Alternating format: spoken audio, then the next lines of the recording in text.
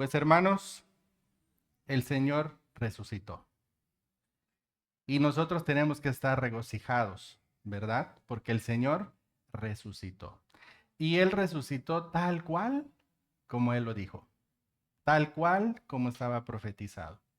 Y no solamente resucitó, sino también todavía continúa hasta hoy en fecha esa gran obra que es de Dios y que todavía no ha concluido. Y que nosotros, por su gracia y por su misericordia, y porque un día nosotros tomamos el momento en nuestra vida, la decisión en nuestra vida, de hacer una pausa de todo y de concentrarnos y enfocarnos en el Señor Jesucristo, para que Él entrara a nuestro corazón, limpiara nuestro ser, nos diera la verdad, nosotros entendiéramos el trabajo y la misión y la acción de nuestra vida en este mundo y de lo que Él ha hecho por nosotros, para tener este beneficio gigante, que no solamente es estar reconciliados con el Padre por la obra que Él hizo, sino también más allá de eso, de salvarnos de la ira de Dios, de la condenación eterna, hacernos partícipes en su obra y sobre todo, que creo que es lo más valioso, pues ser parte de su familia, porque todos nosotros somos hechos hijos de Dios por adopción, por esa obra también, porque Dios así lo quiso. Entonces vamos a orar, hermanos, para iniciar nuestro mensaje de esta mañana. Vamos a hablar de la resurrección, pero también vamos a hablar sobre un trabajo que nos dejó el Señor Jesucristo. Padre bendito, Dios todopoderoso que estás en los cielos, gracias bendito Dios por nuestra salvación, gracias por todo lo que nos das, Señor, gracias por todas aquellas peticiones de oración, Padre, que nos has concedido, gracias también por todas aquellas que todavía no las has hecho, Señor, pero las has escuchado y tú sabrás en qué momento las harás y si las harás o no las harás, Señor. Es correcto, Padre, porque tú todo lo sabes y tú todo quieres lo mejor para tus hijos y para tu pueblo. Gracias, Señor, porque tenemos todo lo que necesitamos, Padre, para poder estar aquí presentes. Y te ruego, Señor, que me guíes con el poder de tu Espíritu, Padre, para que todo lo que yo diga y muestre esta mañana únicamente provenga de ti, de tu santa palabra, Señor, y salgamos grandemente y enormemente edificados. Todo esto, bendito Padre, te lo pedimos y agradecemos en el nombre poderoso de nuestro Señor Jesucristo. Amén. Y la resurrección, hermanos, la encontramos también en los evangelios. Y hoy leímos una porción, un fragmento en el libro de Marcos, en el capítulo 16.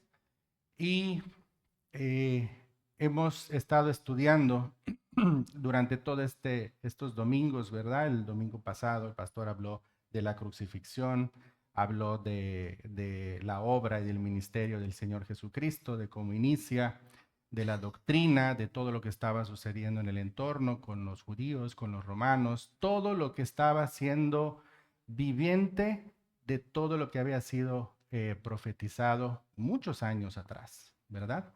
Y esta mañana vamos a leer una pequeña porción de todo el mensaje del libro de Deuteronomio. Vamos a ir a Deuteronomio, ahí vamos a empezar esta mañana.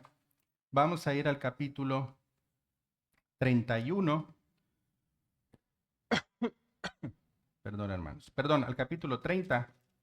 Deuteronomio capítulo 30. Vamos a empezar a leer desde el versículo 11. Capítulo 30, versículos 11. Este capítulo es Moisés que está hablando a su pueblo. Ya era los últimos días de Moisés en su energía, en su vitalidad, y estaba preparándose ya también Moisés para su sucesor, que fue Josué. Y este es como se pudiera tomar como su último mensaje, ¿verdad? Como su última prédica, sus últimas instrucciones que le daba a todo el pueblo hebreo. Y vamos a analizar un poco estas palabras que les está diciendo.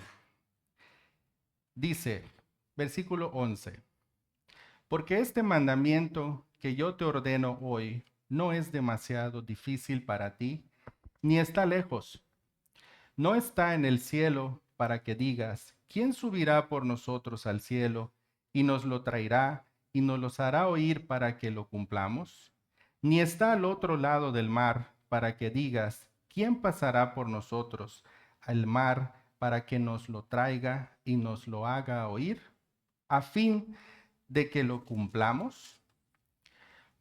Porque muy cerca de ti está la palabra en tu boca y en tu corazón para que la cumplas.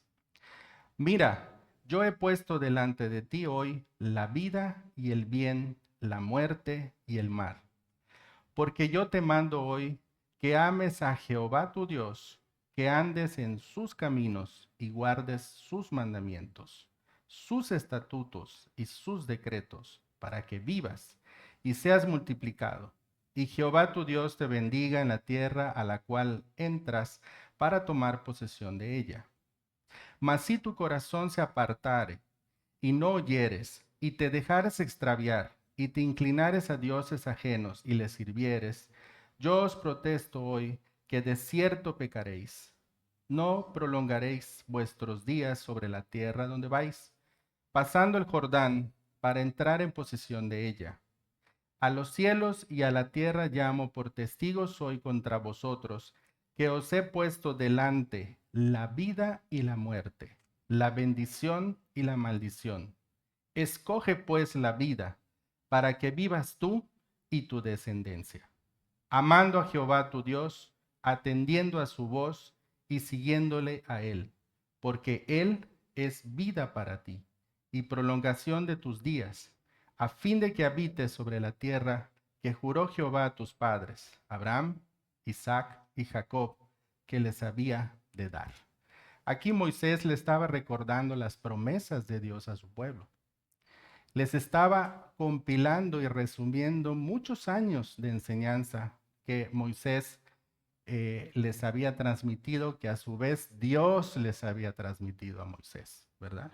Lo usó, fue un instrumento para que sacara a su pueblo de Egipto, para que le enseñara todas sus ordenanzas, todos sus estatutos, todos los rituales que habían de cumplir, toda la vida, ¿verdad?, cotidiana que deberían de llevar para un solo propósito. Dice, para que vivan.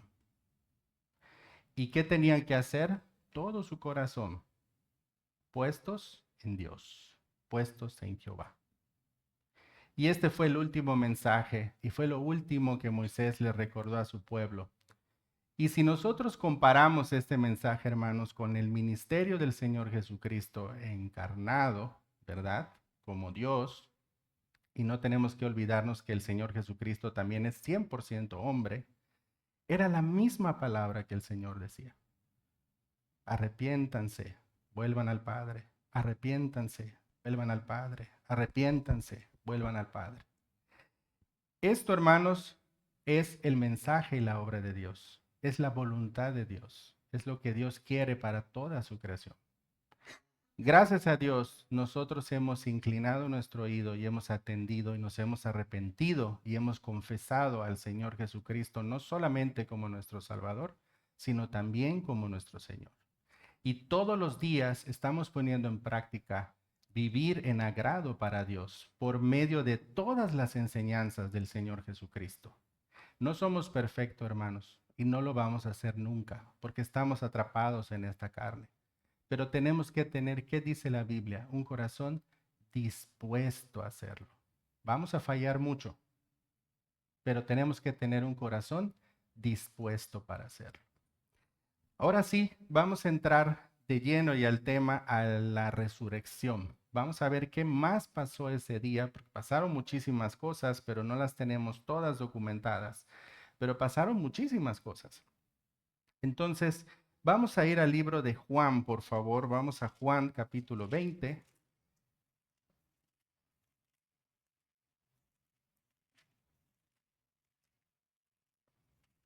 Juan capítulo 20. Ya estamos por ahí todos. Y vamos a leer todo el capítulo, hermanos, y vamos a ver qué más acontecimientos estaba pasando. Dice, el primer día de la semana, María Magdalena fue de mañana, siendo aún oscuro, al sepulcro y vio quitada la piedra del sepulcro. Entonces corrió y fue Simón Pedro, y fue a Simón Pedro y al otro discípulo, aquel que amaba a Jesús, y les dijo: se han llevado del sepulcro al Señor y no sabemos dónde le han puesto. Y salieron Pedro y el otro discípulo y fueron al sepulcro. Corrían los dos juntos, pero el otro discípulo corrió más aprisa que Pedro y llegó primero al sepulcro. Y bajándose a mirar, vio los lienzos puestos allí, pero no entró. Luego llegó Simón Pedro tras él y entró en el sepulcro y vio los lienzos puestos allí. Y el sudario que había estado sobre la cabeza de Jesús, no puesto con los lienzos, sino enrollado en un lugar aparte. Entonces entró también el otro discípulo que había venido primero al sepulcro y vio y creyó, porque aún no habían entendido la escritura que era necesario que él resucitase de los muertos. Y volvieron los discípulos a los suyos. Pero María estaba fuera llorando junto al sepulcro, y mientras lloraba se inclinó para mirar dentro del sepulcro y vio a dos ángeles con vestiduras blancas que estaban sentados, el uno a la cabeza y el otro a los pies, donde el cuerpo de Jesús había sido puesto. Y le dijeron: mujer, ¿por qué lloras? Les dijo: porque se han llevado a mi Señor y no sé dónde le han puesto. Cuando había dicho esto, se volvió y vio a Jesús que estaba allí, mas no sabía que era Jesús. Jesús le dijo: mujer, ¿por qué lloras? ¿A quién buscas? Ella, pensando que era un hortelano, le dijo: Señor, si tú te lo has llevado, dime dónde lo has puesto y yo lo llevaré. Jesús le dijo: María. Volviéndose a ella, le dijo: Raboni, que quiere decir maestro. Jesús le dijo: no me toques, porque aún no he subido a mi Padre. Mas ve a mis hermanos y diles: suba a mi Padre y a vuestro Padre, y a mi Dios y a vuestro Dios. Fue entonces María Magdalena para dar a los discípulos las nuevas de que había visto al Señor y que él le había dicho estas cosas. Cuando llegó la noche de aquel mismo día, el primero de la semana, estando las puertas cerradas del lugar donde los discípulos estaban reunidos por miedo de los judíos, vino Jesús y puesto en medio les dijo: paz a vosotros. Y cuando les hubo dicho esto, les mostró las manos y el costado, y los discípulos se regocijaron viendo al Señor. Entonces Jesús les dijo otra vez: paz a vosotros. Como me envió el Padre, así también yo os envío. Y habiendo dicho esto, sopló y les dijo: recibid el Espíritu Santo. A quienes remitiereis los pecados les son remitidos, y a quienes se los retuvieres les son retenidos. Pero Tomás, uno de los 12, llamado Dídimo, no estaba con ellos cuando Jesús vino. Le dijeron: pues los otros discípulos al Señor hemos visto. Y les dijo: si no viene en sus manos, si no viere en sus manos la señal de los clavos, y metiere mi dedo en el lugar de los clavos, y metiere mi mano en su costado, no creeré. 8 días después estaba otra vez sus discípulos dentro, y con ellos Tomás llegó. Con ellos Tomás llegó Jesús, estando las puertas cerradas, y se puso en medio y les dijo: paz a vosotros. Luego dijo a Tomás: pon aquí tu dedo y mira mis manos, y acerca tu mano y métela en mi costado, y no seas incrédulo, sino creyente. Entonces Tomás respondió y le dijo: Señor mío, Dios mío. Jesús le dijo: porque me has visto, Tomás, creíste. Bienaventurados los que no vieron y creyeron. Aquí Juan nos relata una serie de sucesos en cuanto al momento del sepulcro vacío, ¿verdad? Ya estaban tristes algunos, otros estaban con suspicacias, otros estaban en lamento. Pues yo creo que la tristeza era normal, ¿verdad? Porque habían visto a su maestro, ¿verdad? A su Señor después de que pasó este momento de tortura, después crucificado, después muerto, después vieron claramente cómo lo metieron al sepulcro. Entonces, había mucho en sus emociones, ¿verdad? Los que hemos vivido la muerte de cerca de un familiar o de un amigo o de un ser humano, las emociones en nosotros empiezan a dar vuelta, hermanos, que de pronto nuestra mente y nuestro corazón en la razón o en la fe, pues no actúan bien. ¿Por qué? Porque está la emoción. Y eso es normal, ¿verdad? Dios nos hizo así por un propósito. Pero aquí vemos que el Señor Jesús tuvo sus apariciones, que el Señor Jesús estaba en el sepulcro y él mismo, me encanta cuando dice que él mismo agarró y dobló, lo puso a un ladito, ¿verdad? Para mí eso es un aliciente donde el Señor Jesucristo nos puede decir, sigamos, todo normal, sigamos adelante. Hay más todavía, no se ha terminado. Al contrario, inicia, ¿verdad? Porque él siempre decía que todavía iba a iniciar, que todavía va a iniciar. Y entonces, pues vemos varias actitudes y son actitudes respetables, hermanos, y normales, ¿verdad? La actitud de Tomás, que dijo, hasta que yo no lo constate, no voy a creer. Y algunos seres humanos necesitamos de eso, hermanos. Hasta no constatarlo por nosotros mismos, no vamos a dar el paso, ¿verdad? Otros, por ciertas vivencias y circunstancias, creen, otros nada más por escuchar, creyeron, ¿verdad? Porque no nos data la actitud de cada uno de ellos, pero sí nos menciona que todos estaban, ¿verdad? Vamos ahora al libro de Marcos, Marcos 16, que fue la lectura que nosotros tomamos esta mañana. Y vamos a ver qué más nos relata el libro de Marcos, ¿verdad? Y dice, cuando pasó el día de reposo, aquí tenemos un dato claro, ¿verdad? El día de reposo, el sabbat, era sábado. ¿Qué más dice? María Magdalena, María la madre de Jacobo y Salomé, compraron especies aromáticas para ungirle. Estas especies aromáticas forman parte de los rituales y de las tradiciones judías de cómo sepulcraban en ese instante, ¿no? De cómo llevaban los días de duelo, para llamarle de una manera. Y muy de mañana, aquí vemos que era muy tempranito, era casi la primera hora del día, el primer día de la semana, ahorita nos afirma, ¿verdad? El primer día de la semana, o sea, domingo. Vinieron al sepulcro, ya ha salido el sol, o sea, quiere decir que ya había claridad, pero decían entre sí, ¿quién nos removerá la piedra de la entrada del sepulcro, verdad? Ellas no lo pensaron antes.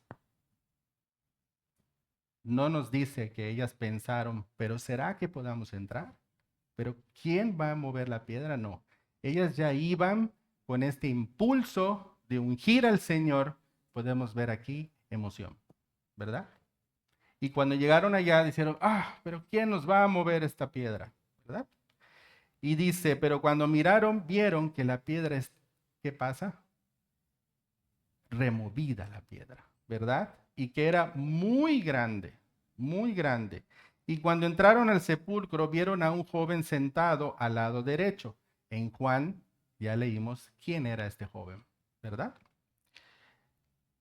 Cubierto de una larga ropa blanca. ¿Y qué pasó con ella? Se espantaron. Mas él les dijo, no os asustéis, buscáis a Jesús Nazareno, el que fue crucificado, está dando el antecedente, ha resucitado. No está aquí. Mirad el lugar en donde le pusieron. Pero id, mandamiento, decid a sus discípulos, otro mandamiento, y a Pedro, el que va delante de vosotros, él va delante de vosotros a Galilea, allí le veréis como os dijo. Y ellas fueron huyendo del sepulcro porque les había tomado temblor y espanto y ni decían nada a nadie porque tenían miedo. Entonces podemos ver aquí que ellas tenían pues un encuentro, un shock, era algo inexplicable para ellas, ¿no? Y fíjense, ya habían tenido la señal de Lázaro. Y aún así, después de Lázaro, se espantaron y dice que, ¡pum!, se fueron huyendo. Nuevamente no había aquí razón, era la emoción que todavía estaba en ellas. Sigamos leyendo. Dice, habiendo pues resucitado Jesús por la mañana, el primer día de la semana, apareció primeramente a María Magdalena, de quien había echado 7 demonios. Yendo ella, lo hizo saber a los que habían estado con él, que estaban, ahí nos da más datos, ¿verdad, hermanos? Dice, tristes y llorando, emocionales. Ellos, cuando oyeron que vivía y que había sido visto por ella, ¿qué pasó? No le creyeron. Después de tanto que había pasado, ¿verdad? Todavía era difícil de creer para ellos. Estaban las emociones todavía al máximo con ellos, estaban tristes, no lo creían. 12. Pero después apareció en otra forma a 2 de ellos que iban de camino yendo al campo. Ellos fueron y no le hicieron saber a los otros, y ni aún a ellos creyeron. O sea, ya había venido María Magdalena, después 2 discípulos más, y aún así no le creyeron, hermanos. Y nos dice, finalmente se apareció a los 11 mismos, estando ellos sentados a la mesa, y vean qué les dice el Señor Jesús. Y les reprochó su ¿qué? Su incredulidad, pero sobre todo, y dureza de corazón. Porque no habían creído a los que le habían visto resucitado, y les dijo, este es un mandamiento, id por todo el mundo y predicad el evangelio a toda criatura. Es un mandamiento. Aquí, hermanos, vemos que el Señor Jesucristo se presentó a sus discípulos, a los 11 que estaban ahí, porque Judas ya no estaba, y les dijo, incrédulos, por la dureza de su corazón no creyeron. El Señor ya les había explicado, ya les había dicho, ya les había mostrado. Había hecho más para que creyeran nuevamente. Y les dijo, vamos, id y predicar el evangelio. Para eso fueron reclutados. Esa es la labor. Eso es lo que hay que hacer ahora. Y les dio ese trabajo. Pero podemos ver, hermanos, que todavía,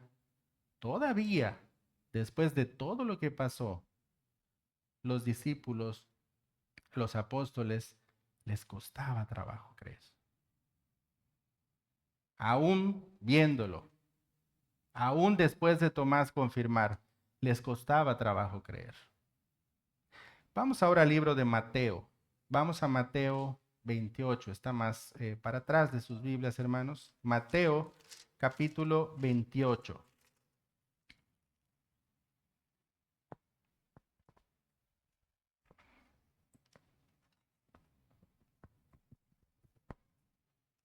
Y vamos a descubrir aquí qué más información nos dan los libros. ¿Ya estamos ahí, hermanos? Y dice, pasado el día de reposo, al amanecer del primer día de la semana, vinieron María Magdalena y la otra María a ver el sepulcro. Y hubo un gran terremoto porque un ángel del Señor, descendiendo del cielo y llegando, removió la piedra y se sentó sobre ella. Aquí tenemos más información todavía de ese momento. Su aspecto era como un relámpago y su vestido blanco como la nieve, y de miedo de él los guardas temblaron y se quedaron como muertos.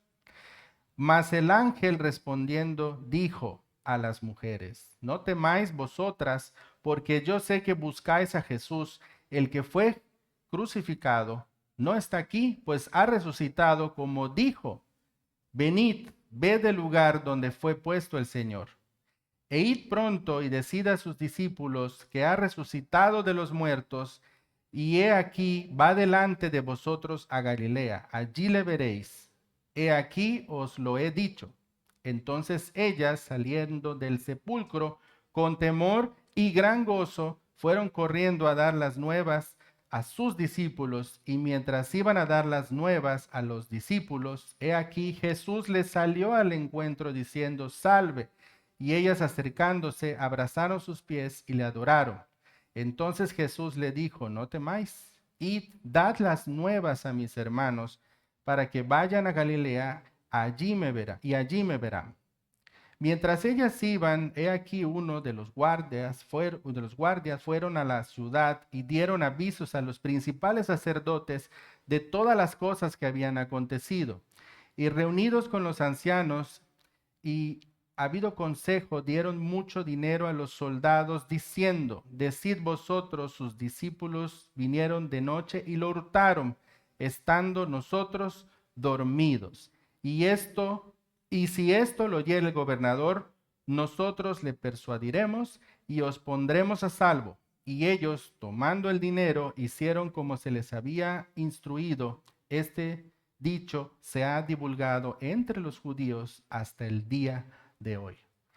Entonces, no solamente los discípulos, sino también aquí vemos que estaban la guardia romana y fueron a decirle, pero fueron a decirle ¿a quién? A los judíos. No fueron a decirle al ejército romano, no, a los judíos. Mira todo esto. Lo vi. Yo lo vi. Aquel hombre que dijo que iba a resucitar, no está. ¿Y qué hicieron los fariseos? Nuevamente, hermanos, tratando de ocultar la verdad. Qué terrible situación, ¿verdad? Nuevamente. Por eso la palabra dice: a los suyos vino y los suyos lo rechazaron completamente.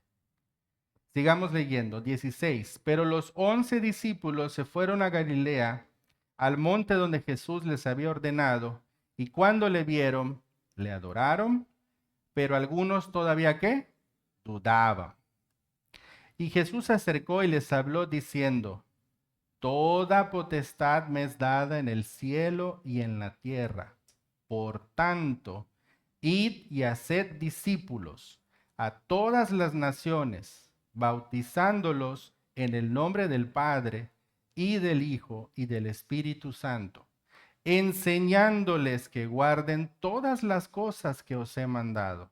Y he aquí, yo estoy con vosotros todos los días hasta el fin del mundo.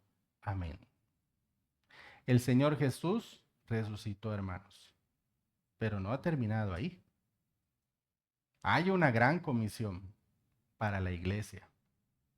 Hay una gran comisión y aquí la podemos ver. Y de hacer discípulos, no solamente creyentes. Y de hacer discípulos. Y además dice que hay que enseñarle a esos discípulos a que guarden todas las cosas que Él les enseñó a ellos que guardaran. Que nosotros como iglesia las tenemos todas aquí. Y esta comisión también es para nosotros, hermanos, porque nosotros no solamente somos hijos de Dios, somos discípulos de Jesucristo, formamos parte de la iglesia, tenemos un trabajo. ¿Quién puede dar testimonio de aquí? Levante su mano, que una persona alguna vez de sus vidas le habló de Jesucristo. ¿Quién puede levantar su mano? Vean alrededor, hermanos. Gracias, bájenla. Esos hermanos en Cristo están cumpliendo la gran comisión. Lo leemos en Mateo, lo leemos en Marcos. Id y hacer, id y predicar, id, buscarlas. ¿Es algo importante? Claro, hermanos, es algo importante. Fueron las últimas instrucciones del Señor Jesucristo antes de que Él ascendiera a los cielos. Pero, ¿cómo vamos a enseñarle a los demás a que guarden algo si nosotros primero no lo guardamos? Hay un proceso natural en nosotros. Primero tenemos que aprender, ¿correcto? Tenemos que poner empeño en aprenderlo bien. ¿Alguien le ha puesto una inyección una vez? Casi a todos, ¿verdad? ¿Alguien puede levantar la mano y decir que le tiene miedo a las inyecciones? Sí, ¿verdad? A muchos. Entonces, ¿qué prefieren ustedes, hermanos? Una persona que hoy le dieron una naranja y una jeringa y está probando, sea quien les inyecte, o una enfermera que lleva 5 años ya trabajando en un hospital. ¿Cuál prefieren? el estudiante, ¿verdad? De la naranja. No, la enfermera. ¿Por qué creen ustedes? Porque confiamos más. Ahora, este estudiante, hermanos, de la naranja, le está poniendo todo el empeño y toda la dedicación. ¿Para qué? Para que un día sea como la enfermera. Gloria a Dios por los enfermeros, hermanos. Hacen una gran labor. Hay hermanitas aquí que son enfermeras. Felicidades, hacen una gran labor. Lo mismo con nosotros, hermanos. Todos empezamos con un proceso muy claro. Arrepentirnos de la porquería de ser humano que éramos. ¿Correcto? Confesar a nuestro Señor Jesucristo como nuestro Salvador, como nuestro Señor, y empezar a aprender todas las cosas que Él ha mandado. Pero no para ser ególatras, no para caminar y decir, "Ah, yo me sé todos los libros de la Biblia". ¿Y tú? No para tener esa actitud. Para cuando estemos en esta posición, nosotros vamos y cumplamos la gran comisión. Hermanos, si te da mucho, mucho orgullo de ser cristiano, qué bueno. Pero no solamente es por orgullo. No solamente es para sentirte tocado divinamente. No. Hay un trabajo para hacer. Hay una obra para realizar. Y es la gran comisión. Es lo que Jesucristo ha mandado. Y es lo que espera de cada uno de sus discípulos. Sí, está bien, hermanos, hay que meterle mucha dedicación y aprender las escrituras y aprender la historia y los libros y estudiar un seminario sistemáticamente y escuchar a los doctores. Todo eso está bien. Qué bueno, pero no es lo más importante. Lo más importante es aquí, leer la palabra, tener una relación de comunión personal con Dios a través de nuestro Señor Jesucristo y andar en el Señor, andar en el Espíritu, guardando todas las cosas que Él ha mandado y enseñándoselas a otros. Enseñándoselas por palabra, pero sobre todo, hermanos, enseñándolas de hechos. No hay mejor cristiano que no solamente lee la palabra, sino que vive la palabra, pero que da testimonio de la palabra con su vida. Hay una vara muy grande, una línea, puso una medida. Nuestro alcance, hermanos, es el Señor Jesucristo. Uf, está muy alto. No nos presionemos tanto, no lo vamos a alcanzar. Pero quiere Él un corazón dispuesto. Para que cada día, hermanos, cada día que Dios les permite abrir los ojos en esta tierra, hagan por lo menos un granito de arena para ir creciendo, creciendo, creciendo, creciendo, creciendo. ¿En qué? En guardar toda la palabra. Si hoy no puedo con algo, no importa, hermanos. Lo que quiere Dios es un corazón dispuesto a hacerlo. Muy bien, sigamos leyendo. Vamos a ver qué más aprendemos. Vamos al libro de Hechos, hermanos. Hechos capítulo 1. El libro de Hechos se le conoce como un libro de transición. Aquí ya podemos ver a la formación de la iglesia, ¿verdad? En trabajo y en forma. Y el libro de Hechos lo escribe Lucas, ¿verdad? Y está muy redactado como un reporte. Y vamos a ir al libro de Hechos, capítulo 1, versículo 2. Hechos, capítulo 1, versículo 2. Y dice, hasta el día en que fue recibido arriba, después de haber dado, ¿qué? Mandamientos por el Espíritu Santo, ¿a quiénes? A los apóstoles que había escogido, a quienes también después de haber padecido se presentó vivo con muchas pruebas indubitables. No había duda. que era el Señor Jesucristo resucitado, apareciéndoseles durante 40 días y hablándoles acerca del reino de Dios, y estando juntos les mandó que no se fueran de Jerusalén, sino que esperasen la promesa del Padre, la cual les dijo: oístes de mí. Porque Juan ciertamente bautizó con agua, mas vosotros seréis bautizados con el Espíritu Santo dentro de no muchos días. Entonces los que se habían reunido le preguntaron diciendo: Señor, ¿restaurarás el reino de Israel en este tiempo? Y les dijo: no os toca a vosotros saber los tiempos o las sazones que el Padre puso en su sola potestad. Perdón, hermanos. Pero recibiréis poder cuando haya venido sobre vosotros el Espíritu Santo, y me seréis testigos en Jerusalén, en toda Judea, en Samaria y hasta lo último de la tierra. Y vean el 9. Y habiendo dicho estas cosas, viéndolo ellos, fue alzado y le recibió una nube que le ocultó de sus ojos.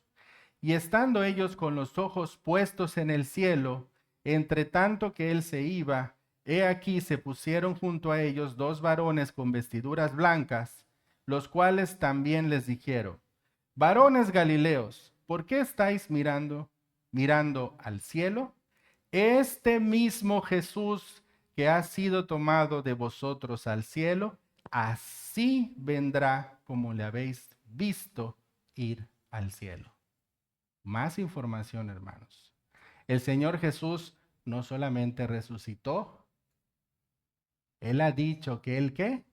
Volverá. Yo leo esta parte y es normal, hermanos. Imagínense estar viendo al Señor Jesucristo en una nube que está ascendiendo. Pues las personas, me imagino que estaban así.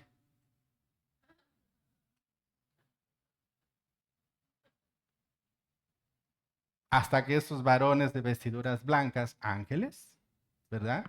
Estaban diciendo: hey, varones, ya les di una instrucción.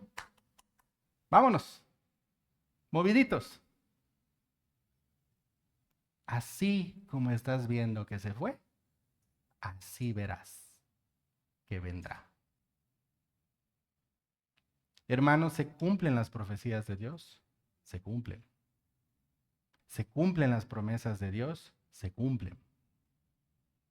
Todo lo que sale de la boca de Dios se cumple. Todo. No hay una sola cosa que no se cumpla. No hay una sola cosa, ningún solo aspecto que esté fuera de su control, que esté fuera de su voluntad. Hoy todos los que estamos aquí reunidos es porque Él tiene un propósito para cada uno de nosotros. Busquemos ese propósito. No solamente lo encontremos, hagamos ese propósito. Lo hacemos para Él, hermanos. Él ya lo hizo por nosotros. Ya hizo su parte. Ahora nos toca a nosotros. Y como dice su palabra, no es difícil. Puede parecer difícil, hermanos. ¿Por qué? Porque hay un adversario real también, que es el diablo. El diablo está derrotado. Él ya tiene marcado su destino, pero él está puesto para estorbar, para probar, para tentar, para poner a prueba nuestra fe. Dios lo permite así. Pero nosotros tenemos todo lo que Jesús nos ha enseñado. Con eso es más que suficiente. La palabra nos dice: resistid al diablo, resistid. ¿Y qué pasa con el diablo? Él huye. No nos dice: anda a pelear con el mal, anda a pelear con él, anda a echar. No, no nos dice nada de eso. Nos dice resistid. Nos dice también estar sobrios en oración, involucrados en la obra de Dios. Debe ser la prioridad de nuestras vidas. No tan radical, hermanos. Si algunos hermanos lo hacen radical, qué bueno, gloria a Dios.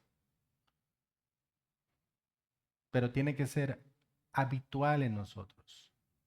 pero tenemos que poner un esfuerzo, tenemos que poner una diligencia, tenemos que volverlo una prioridad en nuestras vidas. No solamente pensar, ¿qué voy a cocinar mañana el lunes? Es la mitad de las vacaciones, tan sucios los uniformes. No, el jueves los lavamos, o el viernes los llevamos a la lavandería. No pasa nada. La tarea no la hizo. Si la hizo, no me acuerdo. No, el sábado en la noche la revisamos. No pasa nada. Hasta el lunes empiezan las clases. Nuestra mente, el mundo. Está bien, hermanos, tenemos que hacerlo. Hay que lavar la ropa. Hay que plancharla. A mí no me gusta, lo detesto, pero hay que plancharla. Hay una vida cotidiana que tenemos que hacer, que Dios nos provee a través de ella, nuestro trabajo, nuestra morada, nuestro alimento, nuestro vestido. Todo esto que nosotros tenemos, lo necesitamos, ¿cierto o falso? Lo necesitamos. ¿Para qué propósito? Esa es la pregunta. Para esto, hermanos. Si tú eres discípulo de Jesucristo, todo lo que tienes en tu vida tiene el propósito para que tú cumplas la gran comisión. Simple, ¿verdad? Simple, simple de resolverlo en la mente, difícil de llevarlo a cabo. Hagamos de esa oración nuestra todos los días, Señor, ayúdame a enfocarme. Señor, ayúdame a enfocarme. Señor, ayúdame a enfocarme. Y Él nos va a escuchar. Aquí está en la palabra. Id a ese mundo perdido, alcanzarlos y decirles.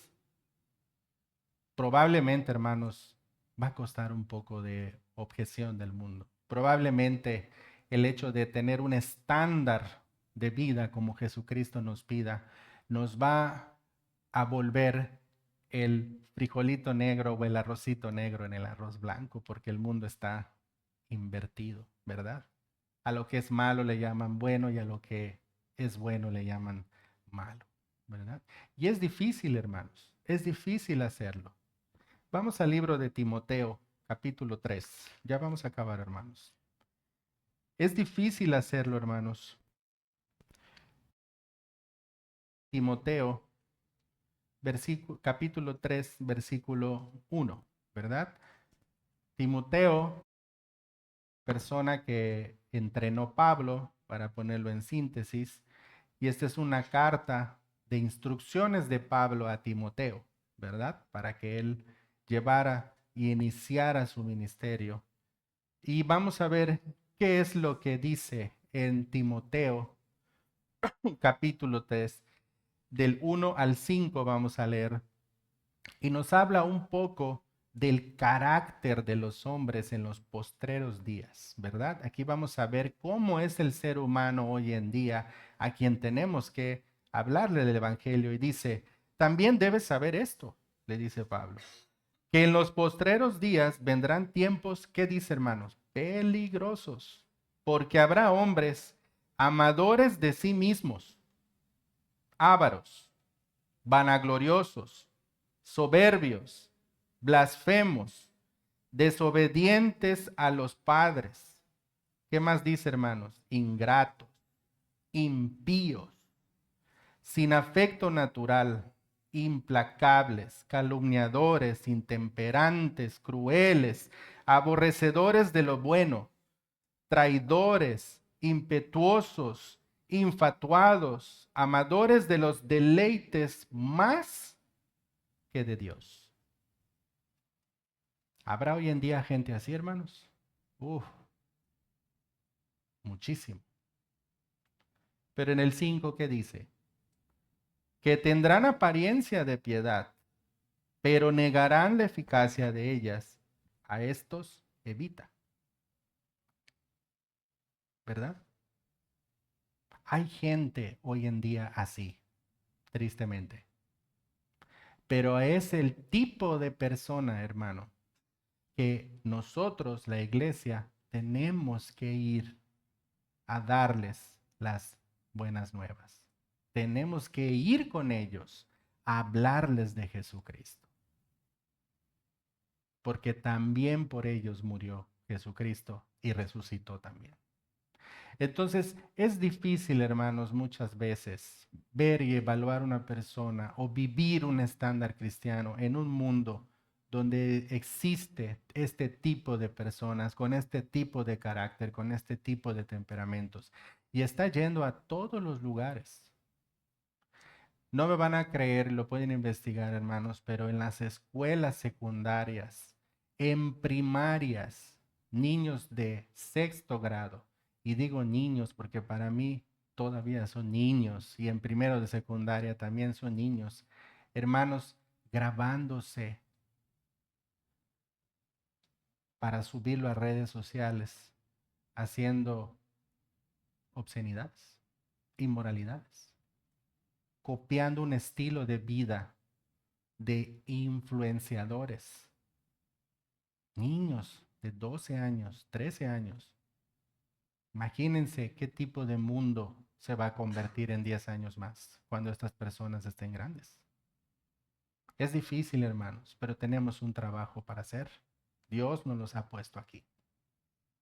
Y no solamente en su palabra podemos ver el carácter de los postreros tiempos. También en el libro de Apocalipsis nos habla y nos revela el Señor Jesucristo el carácter de la iglesia de los últimos días. ¿Verdad? Vamos al libro del Apocalipsis, hermanos.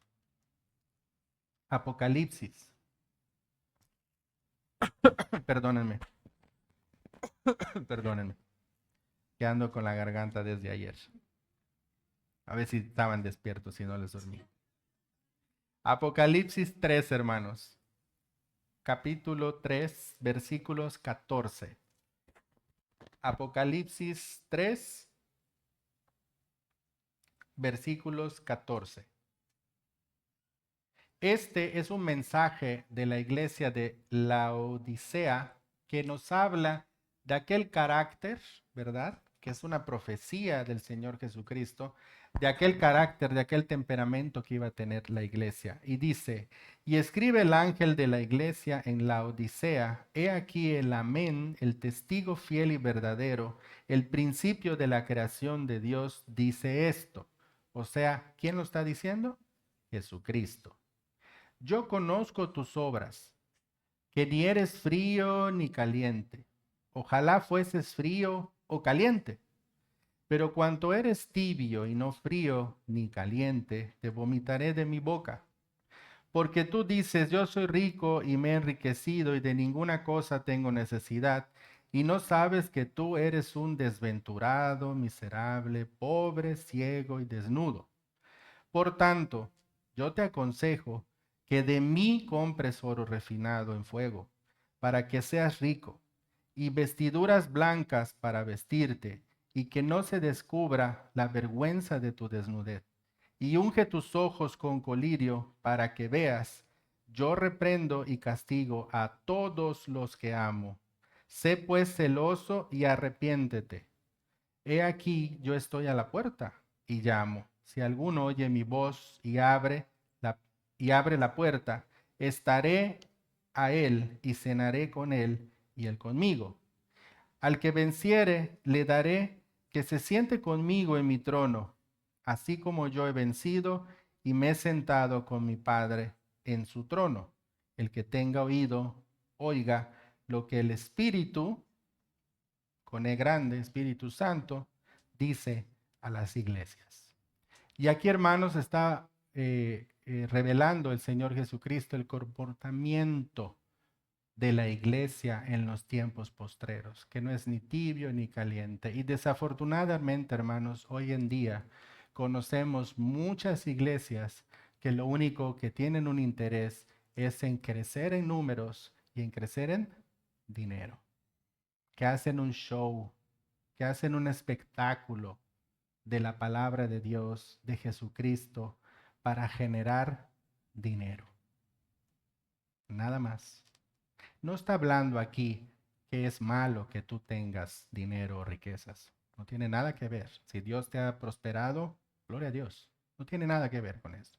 Está hablando del espíritu de las iglesias, del enfoque que pierden las iglesias.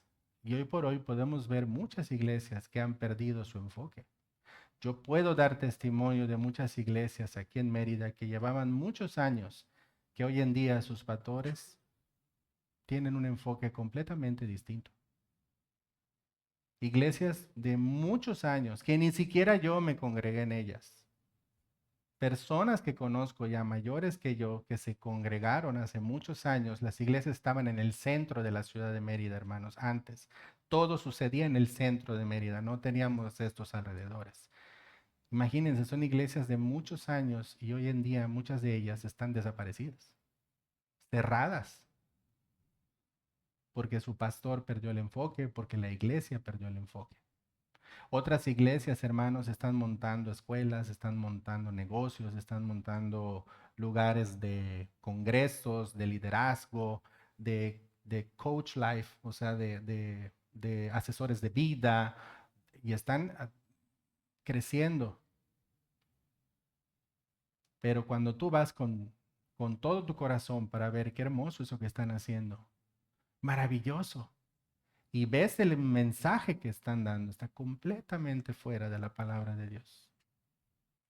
Solo te dan gomitas azucaradas para que te sientas bien y tú pagues. ¿Cuántos motivadores personales existen hoy en día? Hubo como una corriente. Y esos motivadores personales pues solo engañan a la gente con filosofías vanas. La gente tiene necesidad de escuchar la verdad. Nosotros como iglesia tenemos la responsabilidad, la obligación y el deber de ir y hablar la verdad a todos ellos. Pero hay que hacerlo en amor. Hay que hacerlo en amor, hermanos. No vamos a ir a juzgar y a criticar porque esas personas tienen un velo aquí en los ojos. Están haciendo una mentira real, una verdad en sus vidas.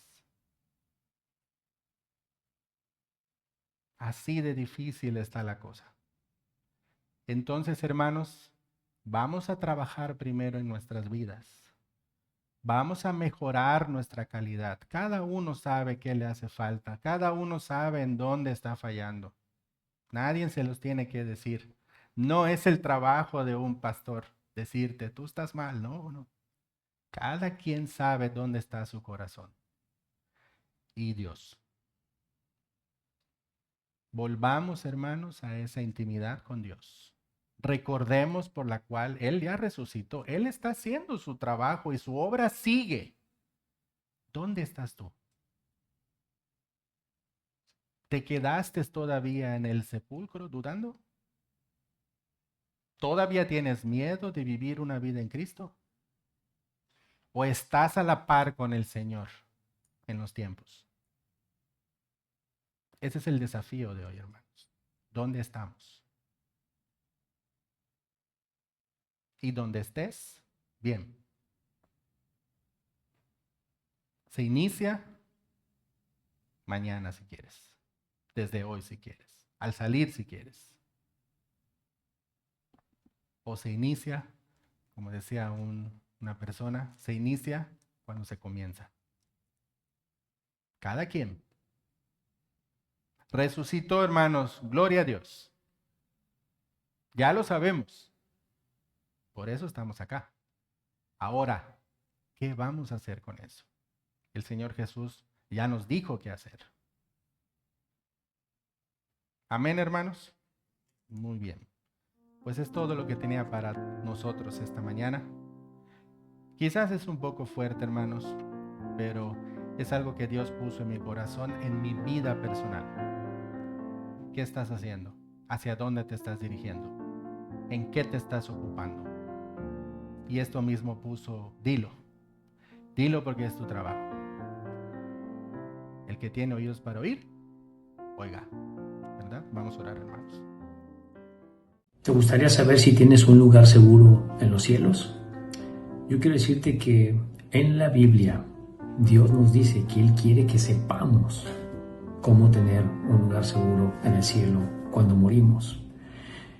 Yo te quiero explicar con la Biblia cómo puedo tener esa seguridad. porque al final todos vamos a morir. Con la Biblia, estrictamente con la Biblia, yo te quiero llevar paso a paso. ¿Cómo puedes tú tener esa seguridad de la salvación de tu alma y la vida eterna? Y para ello voy a ir al libro de Romanos. El libro de Romanos, en el capítulo 3, en el versículo 23, dice así la palabra: por cuanto todos pecaron y están destituidos de la gloria de Dios. Lo primero, yo necesito estar de acuerdo con Dios en que soy pecador. Si yo no estoy de acuerdo con Dios en que soy un pecador, no hay manera que yo me pueda salvar. Necesito reconocerme ante Dios en la situación en la que estoy. Tengo una conciencia. Todos tenemos una conciencia, sabemos lo que es malo, lo que es bueno. Sabemos que somos pecadores cuando somos honestos. Y es lo primero. Primer paso, me reconozco pecador ante Dios. Ahora quiero decirte algo. Dios es un Dios santo. Es un Dios santo que tiene que juzgar el pecado.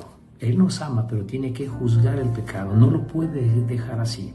Dice Romanos 6:23, porque la paga del pecado es muerte, mas la dádiva de Dios es vida eterna en Cristo Jesús, Señor nuestro. Me quiero detener en esta primera parte del versículo 23. Dice, porque la paga del pecado es muerte. Bueno, ¿a qué muerte se refiere? ¿Será que yo me muero y todo terminó ahí? No está hablando de la muerte física, está hablando de la muerte espiritual. Y para ello te quiero llevar al libro de Hebreos 9:27. En este versículo dice la palabra: y de la manera que está establecido para los hombres, que mueran una sola vez, y después de esto, el juicio. Después de que morimos hay un juicio, o al cielo, o al infierno. Entonces, ¿a qué muerte se refiere? Regresando a Romanos 6:23, cuando dice, porque la paga del pecado es muerte. Ya vimos que después de que muera hay un juicio. ¿A qué muerte se refiere? A la muerte segunda. Y para ello, vamos al libro de Apocalipsis, en el capítulo 21, versículo 8, dice así la palabra de Dios: pero los cobardes e incrédulos, los abominables y homicidas, los fornicarios y hechiceros, los idólatras y todos los mentirosos tendrán su parte en el lago que arde con fuego y azufre, que es la muerte segunda. La muerte segunda. Dice todos los mentirosos. ¿Has mentido alguna vez? Yo sí. Yo creo que todos hemos mentido. Una mentira es suficiente para que Dios nos condene en el infierno. No podemos salvarnos por nuestro propio pie. Hemos estado en religiones y nos han enseñado que debemos de salvarnos por nuestras obras, por nuestro comportamiento. Pero la Biblia no enseña eso. Nadie se puede salvar por sus propias obras. Dice en Efesios 2:8-9, por gracia sois salvos por medio de la fe. Esto no de vosotros, pues es don de Dios. No por obras, para que nadie se gloríe. Eso dice Efesios 8 y 9. Nadie se salva por sus obras, porque todos somos pecadores. Entonces, ¿cómo me salvo en la vida? Ya entendí que soy pecador. Ya entendí que Dios tiene que juzgar el pecado. Ya entendí cómo, en una muerte segunda, lago que arde con fuego y azufre. Pero ¿sabes una cosa? Dios hizo un plan para salvarnos. Precioso. ¿Sabes cómo? En Cristo Jesús. Dice Romanos 5:8, dice la palabra, mas Dios muestra su amor para con nosotros. Mira lo que dice, Dios muestra su amor para con nosotros, en que siendo un pecadores, Cristo murió por nosotros. Lo que me salva en la Biblia es creerle a Dios. Necesito la fe. ¿Y cuál fe? Cristo es Dios. Cristo, que es Dios, vino a la tierra, tomó una forma humana de hombre, perfecto, sin pecado, y paga la cuenta que yo no puedo pagar. Nadie podemos pagar. Jesús vino, hecho hombre, siendo Dios, y va a la cruz a ser castigado, derramando su sangre y resucitando el tercer día. Ese es el plan que hizo Dios para salvarnos. Es la manera que tengo de reconciliarme con Dios, aceptando el regalo que Dios puso, que Cristo vino a la tierra siendo Dios y sin cometer ningún pecado, es castigado, muere y resucita. La salvación en la Biblia es que tú creas que esa obra de amor que hizo Dios es lo que te puede salvar. ¿Sabes? Ninguna religión te salva. Te salva lo que Dios hizo en Jesucristo, pagar nuestra cuenta. La única manera que yo tengo para reconciliarme con Dios es estar de acuerdo en lo que Él hizo. Y quiero decirte cómo puedes tú recibir el regalo de la vida eterna. Necesitas creer. Necesitas creer que lo que Jesús hizo en la cruz es suficiente para que tú te puedas salvar. Sin meter tus obras. No podemos hacer nada para salvarnos. ¿Por qué? Porque hemos pecado. Somos pecadores y lo vamos a seguir siendo. Dice Romanos 19, que si confesares con tu boca que Jesús es el Señor y creyeres en tu corazón que Dios le levantó a los muertos, serás salvo. Él te dice en la palabra, serás salvo si crees en tu corazón. El versículo 10 dice, porque con el corazón se cree para justicia, pero con la boca se confiesa para salvación. Hay dos cosas que necesito para tener la salvación. Creer con todo mi corazón para justicia. ¿Qué debo creer? Que lo que hizo Jesús es suficiente. Debo creer que no son mis obras las que me salvan, sino lo que Él hizo en la cruz. Debo creer que es la única manera que yo tengo de reconciliarme con Dios, que Él ha pagado mi cuenta en la cruz, con su muerte y su resurrección. Creer con todo mi corazón. ¿Y qué es creer con todo mi corazón? Con todo mi pensamiento, mis sentimientos, con mi voluntad. Es suficiente para que yo tenga perdón. Lo que tú hiciste, Señor, en la cruz. Y hacerlo tu Señor. La palabra Señor en la Biblia se traduce autoridad soberana. Para que tú tengas salvación, tú necesitas recibir a Cristo en tu corazón como tu autoridad soberana, tu Señor. Por eso dice, ¿verdad? El versículo 10, porque con el corazón se cree para justicia, pero con la boca se confiesa para salvación. Dice el versículo 13, porque todo aquel que invocar el nombre del Señor será salvo. ¿Cómo me puedo salvar? Tengo que invocar a Cristo. Tengo que estar de acuerdo con Él en que yo soy pecador y necesito su perdón. Necesito reconciliarme con Dios por lo que Él hizo en la cruz. No tengo otra forma de salvarme bíblicamente. Donde tú te encuentres, si tú crees que esto es la verdad, tú le puedes pedir a Cristo que te perdone, que sea tu Señor.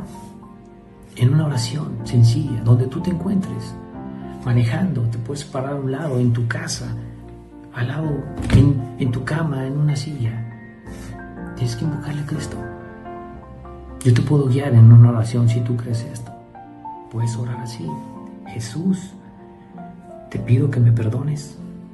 Reconozco que soy un pecador, pero creo que tú me has perdonado con tu obra de amor en la cruz. Te doy gracias por la vida eterna, Jesús. Te acepto en mi corazón como mi Señor y mi Salvador. Amén. Si tú haces esa oración con todo tu corazón, esa es tu salvación. No puedes hacer otra cosa más que aceptar lo que Dios ha hecho para salvarte. Quiero leerte este último versículo aquí en el libro de 1 de Juan 5:12. Dice así la palabra: el que tiene al Hijo tiene la vida. El que no tiene al Hijo de Dios no tiene la vida. Necesito al Hijo para tener la vida. ¿Y cómo? Ya vimos cómo. Invocándole con nuestra boca que nos perdone. Espero de todo corazón que tú ores y le pidas a Cristo que sea tu Señor. Gracias.